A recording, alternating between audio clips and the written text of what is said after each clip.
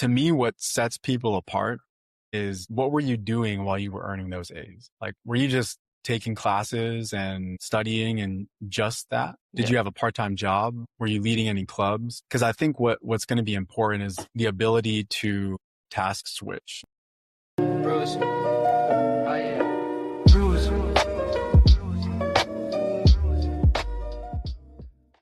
Hi, welcome, Mohammed. It's very nice to meet you again. Just a disclaimer, you and I worked at EY together during my time there. We also went to school together and we took accounting management, cost accounting, together as well. How are you doing today? I'm great, man. And I will say I remember seeing you for the first time in cost accounting. You walked in with like 3 or 4 of your boys. You guys were all like business honors. And as soon as you walked in, the guy next to me turns over and he's like, well, the curve is ruined. And I was like, what are you talking about? He's like, all 4 or 5 of those guys sitting in that row are going to get actual A's in the class. And I was pissed, right? Because this was like a long class. It was like, was it a 3? No, I don't think that was one of the 3-hour courses, but it was a long course because just cost accounting is not and very it was fun. It was only 3 exams in the entire class that determined your grade, right? And even the professor said, like, I have to fail 20% of you.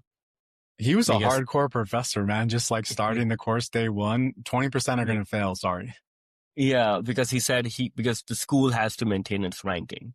Yeah. And that's how they. Yeah. That was crazy to me. But ever since then, I don't think we took too many other classes together outside of cost accounting. But I was always happy to see that back in college because if I get like a 85% in this course, I'll get my A and I can move on. No, but it's been good. So before we jump into like your time as a tax professional, I want to like ask, I saw that you're a poetry mentor. How do you get involved in poetry? What's the backstory behind that aspect? That's a throwback, man. Damn. I actually forgot that I have that on my LinkedIn still. Yeah. So when I was younger, God, I think 17, 18, I did a lot of writing and I did a lot of spoken words. So I would go to open mics. I would perform at events, fundraising events in the community in Southern California, Northern California, that sort of thing. And for me growing up, like I sort of just grew up in kind of a rough neighborhood and there was a really strong culture around hip hop. And I never really wanted to be a rapper, but expressing yourself in clever ways and trying to pass on mistakes and lessons you've learned during your short time here on this planet was something that I felt like started to come naturally to me. So I started writing, I think, my junior year of high school. And it helped me get through so much that there was this website that popped up out of nowhere. I think it was poetrysomething.org. I'll have to go back to my LinkedIn profile. It's been so long. But this profile pops up and they say, hey, we're looking for poetry mentors. Basically, we're looking for people to help coach young poets. Through, their own writing journey, comment on, various poems that are posted on it's like a social media platform for posting poetry, basically. Yeah. So then you became a mentor as well, working with the youth on it? That's right. Yeah. So I was a youth myself, but, working with a lot of young folks. Most of them, I think, were like in high school, and this organization was a nonprofit and they, I think, did a lot of outreach to sort of like poor neighborhoods. And so I could relate to that. Yeah. And I could see kind of where the journey for a lot of these people go, or not where it goes, but where they're coming from and hopefully where they're going. And it was a few hours a week or, volunteer my time and just talk to people about their poetry. And every now and then you get something that kind of hits or cuts like real deep and you have really good conversations with people. And I hate like really, really small talk, right? Like just kind of making conversation to make conversation. I like to talk about things. And so it was just, for me at least, it felt like a natural fit. Okay. So then how does a poet have an interest in taxation? How does that, I know you picked accounting. What made you pick accounting in college? Was that always the plan? No. So I started off as a philosophy major. Okay. I took a few classes in philosophy. And then one day, I was doing sales at the time, so I didn't go from high school directly into college like a lot of people I work with. What I did instead was I took like a year off and I did sales. So it was hardcore business to business, cold calling. I sold coupons, paper, toner, printers, whatever, right? Yeah. And there was one day where I was in my first semester at Cypress Community College and this person asked me, who I was selling something to, asked me what my major was. And I said, philosophy. And she goes, what are you going to do to make money? And then I was like, that's a good question. I figured I would teach or something like that. And she's like, well, then you better basically get ready to be poor and broke for 12 years of your life while you go for a PhD and pray and hope for a job somewhere. Yeah. And so after that conversation, I decided to look into some of the business classes. Mm-hmm. I took my first accounting class, accounting 100, 101, whatever it was. And man, this professor was a state auditor for California, and she was hardcore. Like, she'd be teaching us stuff and she'd say, if you don't get this concept, and it was like, debit credit type stuff. Yeah. You don't get this concept, you can't be an accountant. You should just pick a new major, go into marketing or something. And I was like, oh, geez, right? I got a good grade in the class. I figured I'd, know how to do it. And then she was like, by the way, I make a lot of money. And I was like, well, I want to make a lot of money too. So yeah, I ended up in accounting. So was this when you were at Cyprus, you picked up your accounting courses and then transferred to Cal State Fullerton? Yeah, that's right. So when you moved there, you probably saw that accounting recruiting is a very competitive process. How did you adjust to that because most students come in as freshmen or sophomore? And if people are hearing okay, if I transfer, how did you integrate yourself directly? Because you had multiple internships and that's a very tough thing to do. So how did you go about that process? So to your first question, how did I integrate? Very poorly. The first recruiting season, I didn't even know what my resume should look like. I think it at the time was super big font. It was maybe 3 pages long or something crazy like that. And I did have some decent experience at that time though, because I was doing bookkeeping internships at a small EA firm. Yeah. I had been doing personal income tax at H&R Block for maybe 2 or 3 seasons at that point. And so I had decent experience, but I just wasn't polished. I didn't quite understand how competitive this landscape was. In fact, I didn't even really know what Big Four was at the time. I just showed up with a major in accounting. And so the first season, obviously no one even interviewed me except for one firm named Markham. And the recruiter there, I guess, just actually took a moment to read through my resume. And they ended up giving me an internship they ended up giving me an internship that summer. And it was an audit actually. And what was cool about it is that process sort of taught me what it meant to try and go through this massive, recruiting engine that all the firms run at these campuses. And so I started to understand that I need to polish up the resume, right?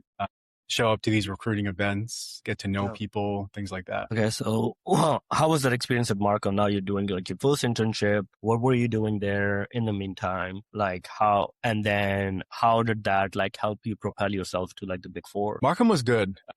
They have a really, I think, tight culture there. Mm-hmm. The partners were all just super polished, very, very smart executives. And the group of people that I worked with there were incredible too. Super friendly, outgoing, all smart, very hardworking. And a lot of it was just mentorship. I mean, you know how the internships go, right? Most of it is just show up, we'll pay you to have fun for a few weeks.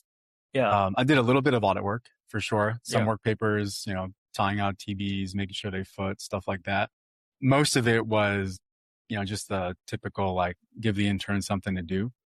Mm-hmm. But it taught me, I think, a couple of important lessons. For sure, it taught me, or it opened my eyes, at least, to how important it was to polish my resume, to think long-term, in particular, about where do I want to end up? Because at that point, I started to understand that there's levels to accounting, right? Public accounting. Yeah. And actually that internship is where I decided I would shoot for Big Four. Okay. And did you have a full-time job offer in hand from Markham? I did. Yeah. That's taking a risk, right? That's a guaranteed job with something I don't know what I'm going to do. Yeah. So I didn't take the job at Markham. I was honest with them about it. Although everybody at the time was saying just take it. And if you get the job at somewhere else, tell them you got a better opportunity or whatever the case was. But yeah. I didn't want to do that. So I told them that, I think I'm going to get an internship at EY. Cause I'd been going through rounds during that same period. Yeah. And I don't want to accept this offer prematurely, blah, blah, blah. They were, they said they were let down, best of luck, that sort of thing. But yeah, I almost felt stupid after turning it down because I was I should have just probably accepted it. Yeah. But it worked out. I saw you did that. But before joining EY, you were at Optima Tax Relief, working on controversy and tax audit relief. So what made you want to do that experience before like joining over there on where you ending up now? What was the reasoning behind that process? So not a great reason, but it was basically I needed money, and Okay. I needed, to help support the family, support myself. Mm-hmm. And so the way I got hired at Optima was my sister worked there in HR, and it was a sort of smaller firm than it is today. It was still pretty big in the tax controversy space. And I was finishing up my summer internship at EY in San Jose, and I emailed a recruiter there to say, hey, I need a job. And so they first hired me doing just tax prep. Because I had, a few years of experience at this point, right? We're doing tax prep. And eventually I earned my enrolled agent license and then got transferred into their audit controversy team. And that team was really fun. It was just 3 of us each handling hundreds of audits at any given point in time. And the necessity for pushing to get my enrolled agent license, to pushing Optima Tax Relief to give me that role of more than just a tax preparer was basically driven by I needed to pay for my wedding. And I had no way of paying for my wedding because, weddings are expensive, right? Yeah. So I was living at home at the time and I was like, I need to figure out a way to pay for my wedding. Yeah. So decided I'd go for the enrolled agent. And funny enough, dude, EY starting salary, everybody kind of knows is not that great. I started in 2019 in the Bay Area. I took a $30,000 pay cut to go work at EY. And God, that hurt, man. Cause I had worked I'd worked so hard to get, and I was only making $90 grand at Optima Tax Relief. But for me, no college degree, whatever at the time, paid for the wedding, Then I took this $30,000 pay cut. Was Optima commission based? Partly, yeah. At the time it was. So it wasn't am I selling? It was more you had to close audits, right? And it was actually a really, I think, smart incentive program that they had at the time, because there's just millions of people are getting audited. Yeah. And some audits are a lot easier to close than others because you just sort of know, you claim the earned income tax credit, you don't have a kid, right? You claim child tax credit, you don't have a kid. You got a return of 14,000, but you made 10. How does that work? Right. Yeah. And then there are others where I had a licensed therapist once as a client, and she was being audited because she spent 30 grand on a trip to Peru to study with shamans. And I was looking at this and I'm this doesn't make any sense. And as you probably know, right, this is kind of a fun fact, 162 cuts any way you want it to. As long as you can prove it's ordinary and necessary business expense, you're good to go. So I said, show me ads, flyers, anything that you have saying you're a shaman. We took that to the IRS agent, and that agent, Adam, was pissed to see that advertisement advertising herself as a shaman. Yeah. But it was some of these you would close quickly. Some of them would remain open for a couple months. And so you got paid a salary plus, based on production. So that's basically a very unique client skill set you take in before you even begin your job in public accounting, right? Because in public accounting, you don't really necessarily start talking to the clients until you're a few years in, and even then it's a very controlled environment you're talking with them. And here you're getting to know them really personally. So then you begin at EY and you start your career in the Bay instead of SoCal. Any particular reason? Yeah, so the recurring theme here is I really believe that life just sort of happens and you make the best of whatever you're given. Yeah. How I ended up in the Bay is I was in an interview for the internship with the Irvine office. Yeah. And there's one partner who I know well today. She was interviewing me and she goes, what kind of industries are you interested in? What kind of clients do you want to work? So I started naming, technology. At the time I was really big into renewable energy and so forth. And she kind of takes a step back and she's like, why are you applying to my office in Irvine? Yeah. And dude, I thought I bombed the internship. I thought it was over. And so she's like, well, we have different offices. And I'm like, why'd you apply to this one? She made me answer the question. I was like, look, lady, this was the one that was available on the Cal State Fullerton website. I don't know what to tell you. Right. And so after that interview, I guess they liked me and they connected with the recruiter up in the Bay Area. She called me same day, scheduled my flight, my interview date, hotel, all that stuff. And that's how I ended up there. So what were you doing? Did you start off in international tax, or were you the DSG module doing GCR, all of the? Yeah, I was DSG. I started off DSG, but during the internship, I made some interesting connections with the international group. And I sort of knew that I wanted to go that route. Yeah. It just seemed like one of the more challenging aspects of what we do. And so when I first started, like no one would give me work. No one had work or whatever the case is. And I just kept bugging the crap out of like 3 or 4 people at international tax until one day they pulled me into a project, and it was basically sit on this call with EY India and our client and take detailed notes. Mm-hmm. And those are like the best notes I've ever taken in my life. Yeah. And so from there, they just started to give me a whole bunch more work, and I started getting into transactions and stuff like that. I did my share of ticking and tying on GCR provisions though. But I'm surprised because TCGA was at that time, we started at the same time, right? Right out of college. TCGA was booming, and they like international tax had so much work coming in, 965, trying to figure out like beat situations before the regs came in, and the temp regs are already changing all the time. Where was your role in all of this? Non-existent. So my counselor at the time was in R&D, like on the R&D credit side. And so he started to give me a lot of that work. But eventually I was like, I don't really want to do this long term. I want to do international. Yeah. And so what's really interesting is like the role I think of a staff today and in the future is going to have to evolve and change, especially with, platforms like Bizora, for example, where you can do heavy technical research and the platform will help guide you to something that is going to resemble a better answer. But at the time, and we see this a lot in like the Pillar 2 space, the work just needs to get done. And so I can't go to a staff today and say, analyze this issue from a Pillar 2 standpoint because they have no starting basis. Correct. And then if they don't also have any AI skill set, they're just kind of like, I don't even know what to do. Right. And so it at the time, it was like everybody was hyper focused in particular on like 965, right? I think we started the year right after 965 was the big problem. And so there was a lot of like work that people had already done. They knew who they wanted to work with for these issues, and I just wasn't one of them.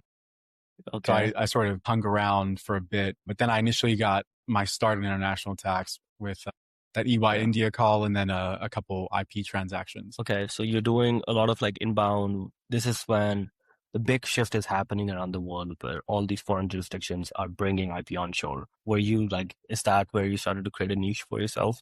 Is knowing the issues with IP onshoring? I think so. I sort of think about my niche as more broad where like I can grind. I think you can too, right? It's something that not a lot of people are willing to do, right? It's sort of like a work ethic where if people feel like they can trust you to get a job done, no matter what that job is, the doors just kind of start to fly open. And for me, the first like few months at EY was more like just trying to demonstrate to people that I'm someone you can rely on. And from that, it wasn't like a technical area that I think I developed, a strong skill set in particular. It was more like people know I'm going to do everything I can to make sure that this project goes smoothly. And then the doors and the opportunities just kind of started to open from there. Were you also the guy sending out like the prime sub memos and tracking all the billing? Yes. Yep. I know my PSMs well. Yeah. No. Man, so perfect. So now you go from there and now you're back over here and then you made manager at EY and you also, if that wasn't enough work, you decided to get like a tax LLM at Loyola. What was the reason behind that? You're like, and I'm curious about that because I thought about the same thing and I said, there's nothing more that school could teach me that I could not learn at EY. I wanted to like know your rationale. Regretful, because that's what I learned as well during the program. Okay. What was really interesting is like making manager and then kind of simultaneously being a senior and then a manager in this LLM program. Yeah. I had always actually wanted to go to law school. Not always, but like throughout my internship at EY, I was developing this idea about going to law school. And every lawyer I talked to was like, you're dumb. Don't do that. You're just going to waste a bunch of time and money and you're going to come back and get the job that they're going to offer you today. And so I ended up not going to law school and starting at EY. But me and my sister are first in our family to go to college. And so for me, it was just always sort of a goal to get some sort of master's degree. And that's sort of how I ended up at Loyola. But it was a great program. I really do think it was a great program. Funny fact actually is in my 2 partnership classes, I guess in law school, it's like a big deal to get like the highest score in the class and like it goes on your resume and stuff. So I earned that designation for the 2 partnership courses I took, and I don't do anything with partnerships. I don't touch them. I try not to. Yeah. And I'm just like, such a waste, It was a good experience. Would I recommend it today? No, right? Because I think a lot of the stuff you're learning, is better learned on the job. And then, all right, so you did that, but I think it's like also, did you think, here's where my background comes in. Like in international tax, you work with majority of lawyers, come from like very good schools, have like a really good case understanding about like how the law is built. And then we have to bring in the number aspect from an accounting background.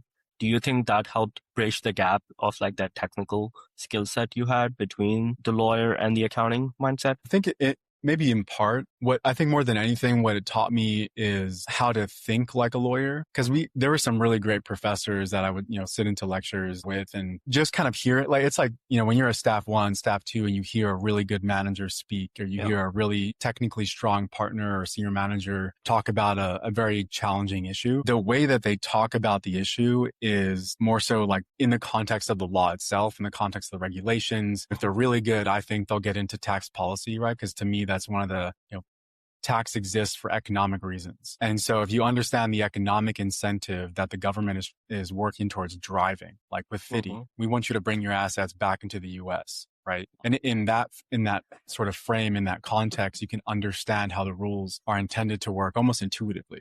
And so for sure, I think in part it helped. What I would say is I also spent a lot of time redrafting tax opinions for some really, really smart people, and going through the tax opinion writing process, doing the research, reading the court cases, trying to figure out how those freaking footnote citations should look. Yeah. Pain of my existence, man. Like an AI. Yeah. Yeah. Drives me totally. Like, I wish we had AI back then so I could just run everything through and say, like, cite this stuff for me, right? Yeah. Okay. So you did that, and now you're a senior manager at EY. I want to talk about that process, because up until manager, it's a very linear path, right? You do 2 years, senior, 3 years. 2 years staff, 3 years senior, and you make manager in 5. That's like the standard path. And then from there, it's up to on a business case by business case basis to get to senior manager. How was that journey like for you? And what were those conversations like as you went up for your senior manager promo? Yeah, man, it was. So I thought my manager 3 year was the hardest year I'd have as a professional, because it was a very long year. For what it's, we'll get into this, I'm sure, but for what it's worth, the senior manager 1 year is even more challenging. I think sort of in public or with any sort of high growth role, where you end up is nothing gets easier. Everything just gets a little bit easier for you, right? Like this things that would stress me out as a senior, I can fall asleep thinking about today, right? Because I'm just like, it's really not that big of a deal. I'll wake up, solve it in 10 minutes, and we'll move on. But going into my manager 3 year, I had started to talk to the partners about wanting and expecting to be promoted to senior manager, primarily because I wasn't working under any other senior managers at the time. I was working directly with partners on every single engagement, basically being the senior manager on all of my accounts. And that kind of makes things a little bit easier for, promotion business case, but it definitely doesn't, mean it's a shoo-in. And so the response I got back was like, we still sort of have to demonstrate that you're not just a good manager. You have to demonstrate that you're such a good manager, you should be a senior manager. And so I think what really kicked me over the line was this very massive advisory engagement for a publicly traded client that involved restructuring IP.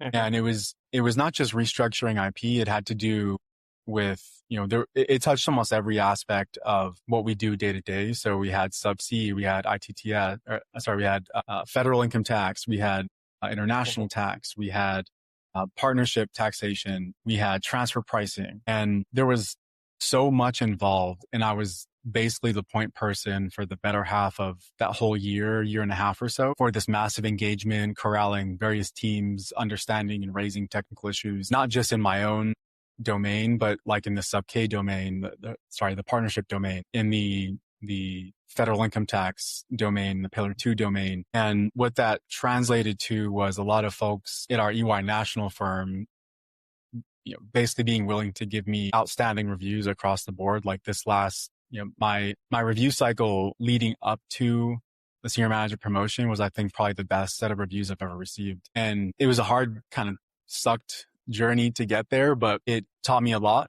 And it's, I think, just a process of like continuing to grow, right? Trying to find ways to continue to like differentiate yourself from manager to senior manager, and that now even more so as a senior manager. Okay. So we said like, how's day one at senior manager or year one harder than like a year one at manager? Like, what's the expectation now? It's obviously like you've demonstrated you have the technical skill set to get through it, but what are the other variables that are now coming into play? I think the biggest difference, and I think you've probably experienced this too, right? Because you left EY as a manager. Yeah. And when you go from, when you're a senior, for example, and you're like, I'm a pretty damn good senior. Yeah. I deserve to be promoted to manager. You think you're already doing the role, and then you get promoted, and it's like, as soon as the promotion is effective, expectations of you just skyrocket. And you're like, wait a second, I thought I was already doing all this stuff. So I think for me that like the biggest difference is once you get the title of senior manager, a lot of partners just sort of say, you got this. And they're just sort of hands off. And it sounds like not a big deal at first because you're just like, well, I've been sort of already dealing with the clients. I've been dealing with the technical issues with national. Yeah. But the big thing that changes is the level of trust. And so every single deliverable, every single decision is something that now I have to own. And the level of, sort of like incremental stress that comes with when a client says, hey, Mo, is this going to be a problem for us, right? Is corporate alternative minimum tax an issue now? Does this kill the project? And I say no. Everybody on the call, including other executives at the client, are like, okay, it's not an issue. So if I get that wrong, I'm in a world of pain. Okay. Because now you're owning the decision, right? You're depending on that. So you're driving strategy for your clients now. Yeah, that's right.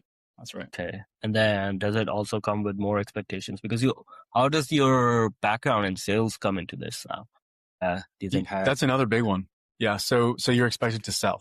I think year one, no one's like quite tracking whether or not you are actually selling. But this past year, I've been involved in more, pitches than I ever have been.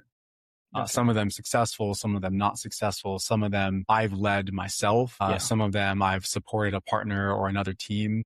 A lot of times like in the pillar 2 space. And the selling aspect I think is interesting because it's one thing to just say, I'm going to do this work. But when you have to really sell why you should give this work to me to do, what are my differentiators? There's certain expectations that the clients will have if they hire you. And there's a very fine line, in my view, between saying, here's what I can offer, and either delivering on what you've promised or over delivering. And there's a very fine line between that and under delivering, because you promised slightly too much. When you end up on the latter side of that line, it's just a total failure to the clients. When you end up on the other side of the line where you've either met every single promise you've given them, it's sort of just like you did your job, right? You did what I hired you to do. And so the key differentiator there is not over promising and under delivering, but also not over promising and always trying to over deliver. Okay. If that makes sense. Interesting.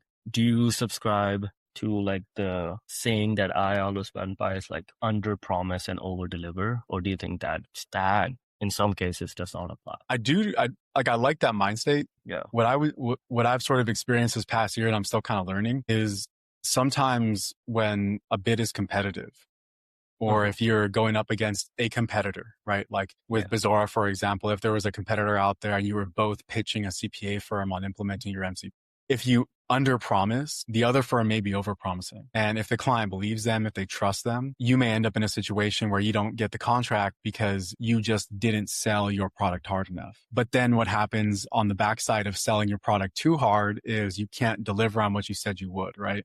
Yeah. And so the approach that I've, at least sort of the approach that I'm kind of falling into for the way I like to handle these types of conversations is more of a balanced kind of in the middle, where I'm just totally upfront and honest with people. Here's what I think our technology can do. Here's what I think I can do. This is the timeline that we'll be able to do it in. And if you hear something different from another firm, let's talk about it. And when clients feel like they can trust you to be honest with them, in almost every instance, they'll come back to me and be like, well, hey, so-and-so said, that they could do it for this fee, or they could, do it in this time frame. And that's just another conversation you have, right? Which is like, are they going to just charge you out of scope? Are they are they thinking about this? Are they thinking about that? So being more of like an advisor than a salesperson is how I think. So then as you've grown into these roles, now you're managing different teams, different projects. You're managing onshore teams, offshore teams, national teams over there. Was there something that helped you develop that leadership mindset or skill set as you've gone through these? Are you ascribing to a specific leadership mindset? Not one in particular. I did, I do remember when I was much younger reading, how to win friends and influence people. Yeah. And I read that book several times over throughout my life. And just every single one of those principles, I think, is applicable almost everywhere. I think people have different management styles. And my sort of style is like, I don't want to babysit. I don't want to have to follow up every other day. Yeah. And so I think when you build strong relationships with people, they want to work hard for you. And when you show that you're willing to go out of your way to support them, they're willing to go out of their way to support you. And that's kind of the mindset I come from, right? Which is like, I'm not going to ask you to do something I would never do myself. And I'm not going to ask you to do something if I can't tell you or can't give you a path to success. Okay. So like a very hands-off approach, but then do you think the imprint, I think one of the biggest thing I think we got lucky upon is that we had really great mentors at EY. Is they taught us a lot. They spend time teaching us those things from their experience that you couldn't get anywhere else, right? If you are just starting off in public accounting, how do you set yourself up now where you will be able to get those mentors right away, who will be able to teach you instead of just doing ticking and tying for someone? Yeah, that's a great question, man, because I think the industry is changing a lot. And part of me wants to say that it's all networking, but that's just in my opinion, like just such a cliche, right? Like everyone knows that you got to network, you got to get to know people. And so taking it a step beyond that, my perspective is if you have a strong work ethic, I can teach you to do anything and you can learn to do anything because you're willing to put in the work to make that happen. And so I think just demonstrating on the front end of your career that you have a strong work ethic, you're willing to learn, you're willing to take guidance. Because a lot of times, I'm sure you've dealt with this, right? Where you talk to a staff or a senior, or even a peer who's very clearly wrong about something and they just don't want to admit it and they don't want to take the feedback. Being willing to take that feedback and then implementing it and showing the person who gave you the feedback that you have implemented it incentivizes them to want to do more for you, right? And I think that's where those strong mentor-mentee relationships get built. So then now you saying the industry keeps changing. What does the role, all the levels look like? Do you think people have moved up the chain one more? And then I think we're trying to. Yeah, sorry, go ahead. Yeah. So same thing. Like roles are moving upstream and then responsibilities. Downstream work is going to AI. Does that, and now do you think like when you're working with your offshore teams, are they also taking on more of a reviewer role? So I think that we're trying to get there. And the reason I say that is like in the world of accounting, law, whatever, people are very opposed to change. People are sort of like, they don't want to see things like we have acronyms that, same as last year, right? Like name another tech field or some other field where there's a whole sort of ideology built around doing the same thing you did last year. Right? I think that's pretty unique to accounting, tax, and this sort of space. And so when AI was sort of first being introduced to us, at least, right? I think for me, that's like October, November of 25. There were so many promises made, right? AI is going to do our jobs, basically. And that promise hasn't yet been fulfilled. And I think we're so far from that people are sort of starting to want to say, well, it's never going to be able to do this, or it's never going to be able to do that. When in reality, it's the industry that isn't moving it forward fast enough, but the ability, the technology, for the most part, I think it all exists today. And so what's happening, at least from my perspective, is there's a lot more that I can do today because I have AI that I would otherwise have to rely on a manager, staff, senior, someone else to help me with. And our staff and our seniors, I think, still haven't really caught up to that fact, which is, 2 years ago, my options were do it myself or try and teach someone how to do it. Today, if I can't find anybody with availability that I want to work with, I can just ask AI to do it. I can spend the same 45 minutes drafting a prompt to Claude, ChatGPT, whomever, and I can get the AI to write a whole section of an opinion for me. That is, I think, totally novel to 2026, at least in the tax space. And what I'm seeing is a lot more of the work getting pushed up instead of down because we haven't fully figured out how to leverage AI and make sure that our staff and seniors are willing to do the work to, learn the hard concepts. So what happens there now? How does a staff learn at this point? Before you would teach it, right? And now you're trying to push for that. So how do you think it's now more incumbent upon staff to learn? Okay, I'll give you an example. My first research assignment was to understand if a client had FDAP income, right? And if they had FDAP, and I had to write I had a question from a senior manager, they sent it to me. I was like, what does FDAP even mean? And then based on that, I had to figure out okay, if there's FDAP, let's write this memo. And I think he took 1 or 2 lines from it, and then we rewrote the entire thing. But I learned from it, right? On where to start off. And I learned from there, then I went into subpart F, guilty, learned all of that stuff. Now, do you think that staff has more, they can just ask Copilot, which comes built in, hey, what are all of these items? Help me understand. Do you think there's more responsibility on staff to teach themselves now? We'd like to get there. At least I'd like to get there. Yeah. I think it's still, every time I kind of talk about this, whether it's, within EY or within, talking to peers at other firms, talking to you now, it's kind of shocking to me how little staff are using AI. But in a way, maybe it's not, because if you think about the way you use AI today for tax research or whatever it is, and same for me, we have that experience to leverage. So if I haven't seen a hallucination for a very long time, but November, December 2025, it wasn't totally uncommon to see, hallucinations, right? This section doesn't exist in this regulation or whatever. Mm-hmm.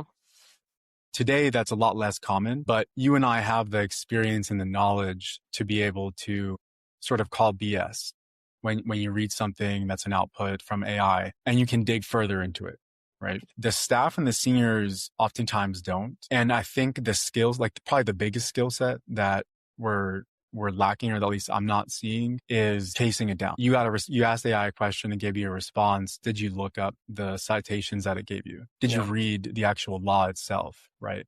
Because it's really easy to just ask a question, get an answer, and move forward with that. It's really hard, especially when you're very busy, to ask a question, get an answer, and then do your diligence.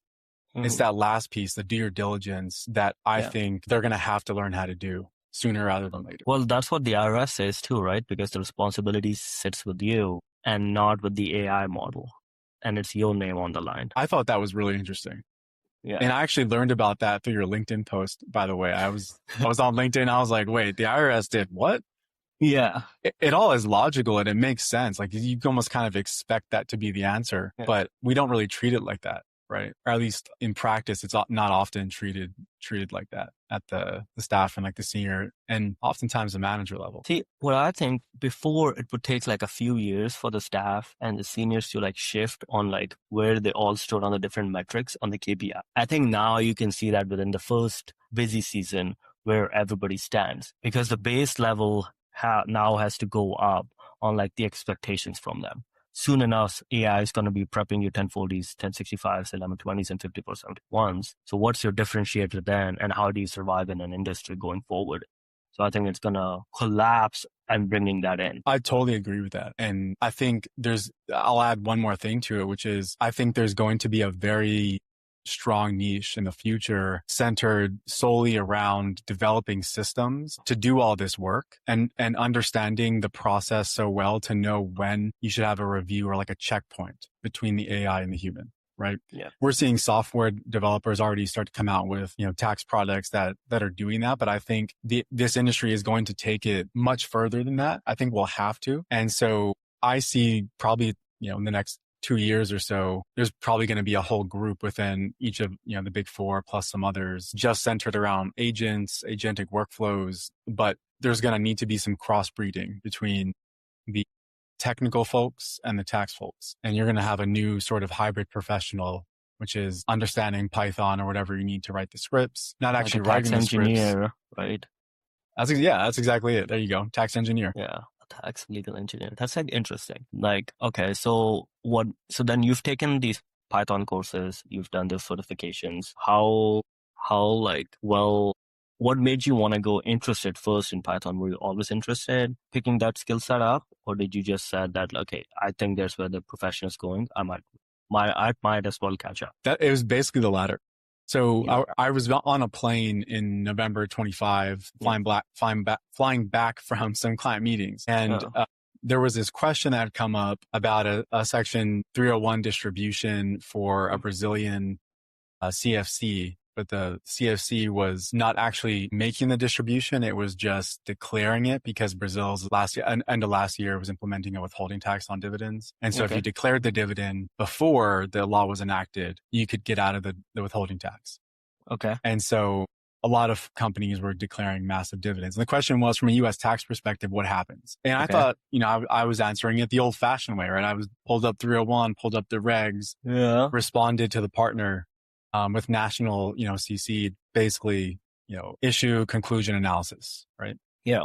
And the national partner responded with an attachment to a B&A, and then a paragraph. And this partner doesn't know that they kind of set me on this path, but this partner is notorious for like 5-word responses to emails. Most of the time, let's get on a call or something like that. Yeah. And I got this paragraph, and the first few words was, here's what ChatGPT said. Yeah. And I was like, what the hell is this guy doing? Like, I just did all this research, whatever. And I was going through, quote unquote, what ChatGPT said. And it said the same thing as me, except it got 1 or 2 better citations to like revenue rulings that were really on point. And I was just like, that sucks. Where is this profession going if my whole niche is around not doing tax compliance because it's going to get automated? And I've been focusing so much on the planning work, the advisory work, because that's the hard stuff. And that's the stuff that's going to go last. What's my future role here? Right. Yeah. And so I started Python, frankly, because Claude told me to. I was like, what's the most important language for AI? And it's like, try Python. So I started down that path. But more so lately, I've been doing a lot of work on like personal projects for just like vibe coding, trying to figure out the right way to implement AI into different workflows, stuff like that.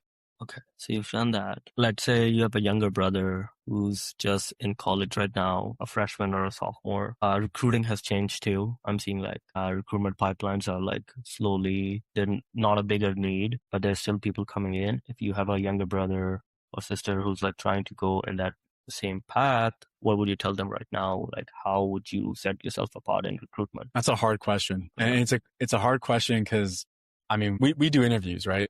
When you were at EY, I'm sure you did interviews as well. And a lot of the students you get are oftentimes like top of their class, really smart, outgoing, whatever. To me, what sets people apart is, what were you doing while you were earning those A's? Like, were you just taking classes and studying and just that? Did you have a part-time job? Were you leading any clubs? Because I think what's going to be important is the ability to task switch. Like, you probably know this better than me, but think about when you're working with AI to solve like 2 or 3 problems at one time, right?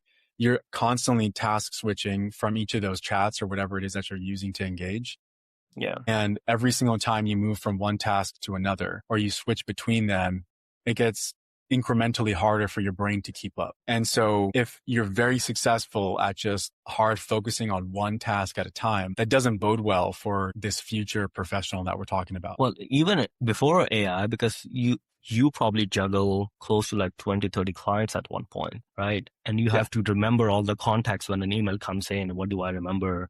And you're on the clock because you bill every 6 minutes, right? Because at point 1 of that bill, point 1 of the hour we bill. So you need to be like top of your game, and then the client's going to push back like, hey, why do you bill too much? And you need to remember that. So, okay, agree on contact switching, pretty big, important stuff. What about like initiatives they should be taking in terms of like delivering? Because now here's my thinking, when I sit across from someone interviewing them for a job role, I go like, should I hire you or can I have AI do your job? Or will AI be better at it? And can I create a workflow and a loop around it to like do that, all of that, your skill set that you require? That's where my mind is going. Yeah. I think that's where you're seeing a lot of companies reduce the amount of like junior associates, right? Or staff, right? Like the expected need is coming down. Yeah. And so I often, not during interviews, because I don't have that much power at EY to like say, okay, we're going to fully implement AI and we're going to not hire a whole bunch of staff. Yeah. But when I think about it, and I'm doing the interviews myself, I'm thinking, would I prefer to work with ChatGPT or Claude or this person? Because I don't like to anthropomorphize too much, but like ChatGPT's kind of got its own personality. Claude sort of has its own personality. People obviously have their own personalities, right? And so when I think about differentiating, I know that I don't want to do the same thing for the rest of my life. And in order for that to happen, I know that there needs to be a staff, a senior, a manager that eventually comes up and takes over some of the stuff that I'm doing so I can move on and do something else. And so I think there's always going to be a role for junior associates. The question is, are you someone that people want to work with? And to me, the biggest, like the most impactful determining factor to that question is, can I rely on you? And not just, I don't need you to know everything today. In fact, my expectation is you don't know anything when I hire you. But when I give you instruction, can I rely on you? Because if you're making mistakes that ChatGPT won't, why would I keep working with you? It's like a really interesting perspective. One of my favorite questions I like to ask guests is, when you're done with tax, what are you going to do with your life? What's that one thing you've been like, I've been putting it off, one hobby, one life mission that you're like, once I'm done with all of this, I'm retired, I'm a partner, I have that solid pension coming in. What am I going to do with the rest of my life? I think I'm kind of a bit of a workaholic, man. Like I definitely see I want to travel, stuff, all the, typical cliche stuff. But like I'm my happiest when I'm working on hard things. Okay. So what's one cause you're going to work on that, like, because we talked to one VP of tax, he said he wanted to start this financial literacy program in his home country and teach people all about that and help them get out of debt. So like what's for you that main like driver motivation? What's your why? It's a tough question, Adam. Let me think about it for a second. I think you could start your poetry program again. Yeah, I could start that. To be honest, I haven't actually put a ton of thought into what I want to do with retirement. Like that, I think is that's the genuine answer. Yeah. And the reason why though, is because eventually where I want to go is towards this sort of new professional that you and I have been kind of talking about, right? Which is the tax engineer. To me, that's like one of the most interesting things in the world. And if you sort of scroll through LinkedIn, a lot of the job openings that you'll find don't talk a whole lot about that. But there are every now and then ones that do pop up. So like, for example, OpenAI recently had a position where it was technology focused. They basically said your job is to be a domain expert and vibe code workflows, Python scripts to automate, like legitimately automate, not just kind of the consulting speak, right? But legitimately operate or automate these repetitive tasks. You can't do that as just an engineer, right? You have to be a tax engineer to be able to accomplish something like that. That kind of technology to me is just so interesting that like, if I wasn't doing the role I am right now, or shoot, even if, if that role existed today, I'd be trying to jump on it because I think that's the future and I want to be a part of it. You should read. Did you read the one case study they put out with Crete Alliance, the Thrive Holdings company, where they worked, OpenAI engineers went and sat with the accountants to automate tax compliance? Yes. Yeah. The forward deployed engineers, they spent like 30 million or something like that developing the software. And what was really interesting to me is how vague the report was. They just kind of said like, this is what we did and it was successful. Yeah, like how was it successful? Exactly, right? You're like, how successful are we talking here? Like, should I be going back to school or should I be, liquidating my 401k? Like, how successful are we talking? Yeah. So it's interesting. And I think that's going to be changing a lot more and more. If you follow the tax professionals at these OpenAI LLM lab companies, they'd be posting about what they've been building from scratch. Yep. And these are people who have like no tech background, but 20, 30 years of domain expertise. And they can just talk to Codex, talk to Claude Code, and build out these workflows. And like the initial setup, sure, takes you a bit, but once you're there, it's just like talking. That's 100% true, man. And it's the weirdest thing in the world. I think it was Andrej Karpathy posted on Twitter some time ago, and he was like, turns out the most popular coding language in 26 is English. Yeah. Because we're all just sort of prompting Codex or Claude Code. And so much is being kind of pumped out, right? Quick story for you.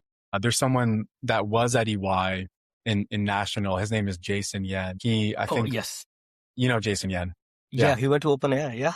He did. Yeah. And so he and I worked a lot together on various Pillar 2 issues for the time that he was here. And so when he left to go to OpenAI, just kind of following his journey on like LinkedIn and what have you, he posted, I think within his first week or something, right? He posted this web application that he built with Codex. Yeah. Basically you type in, the org structure and it just builds it out for you real quick.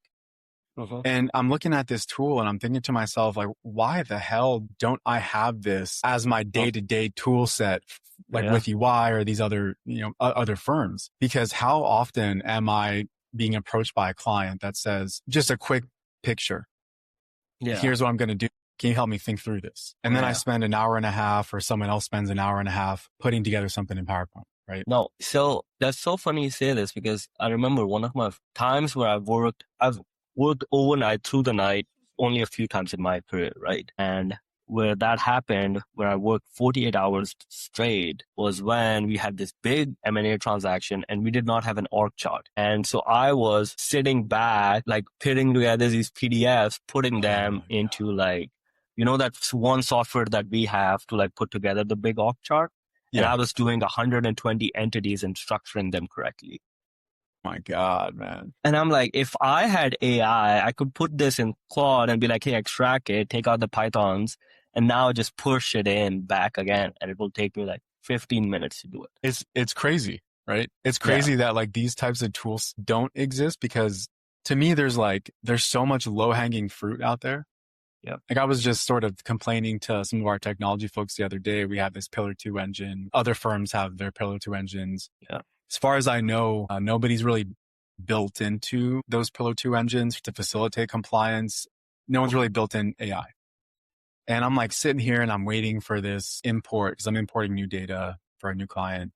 I'm just kind of sitting here waiting for it to do this simple, like stupid task, basically. Yeah. And I was talking to someone on Teams and I was like, why can't I just drop this to an AI agent that's built into the software, have the AI agent run the compute, pull the report, do a quick tie out because I can already prompt Copilot to do it in Excel and then send me a notification when the tie out works or when the tie out's done for review. Like that's the sort of super simple, low hanging fruit.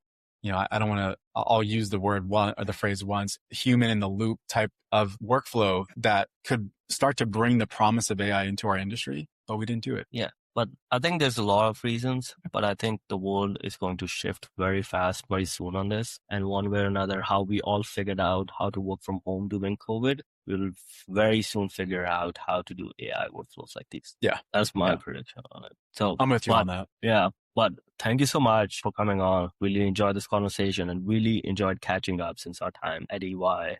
I think you're going to do great, whatever you're building next on your senior manager career and onwards as you bring up. And hopefully we'll keep in touch. Absolutely, man. Thanks for having me. It was great catching up with you too. And we'll have to stay in touch. Okay, perfect. Sounds good, man. All right, man. Take care. Yeah. Bruce. Oh, yeah.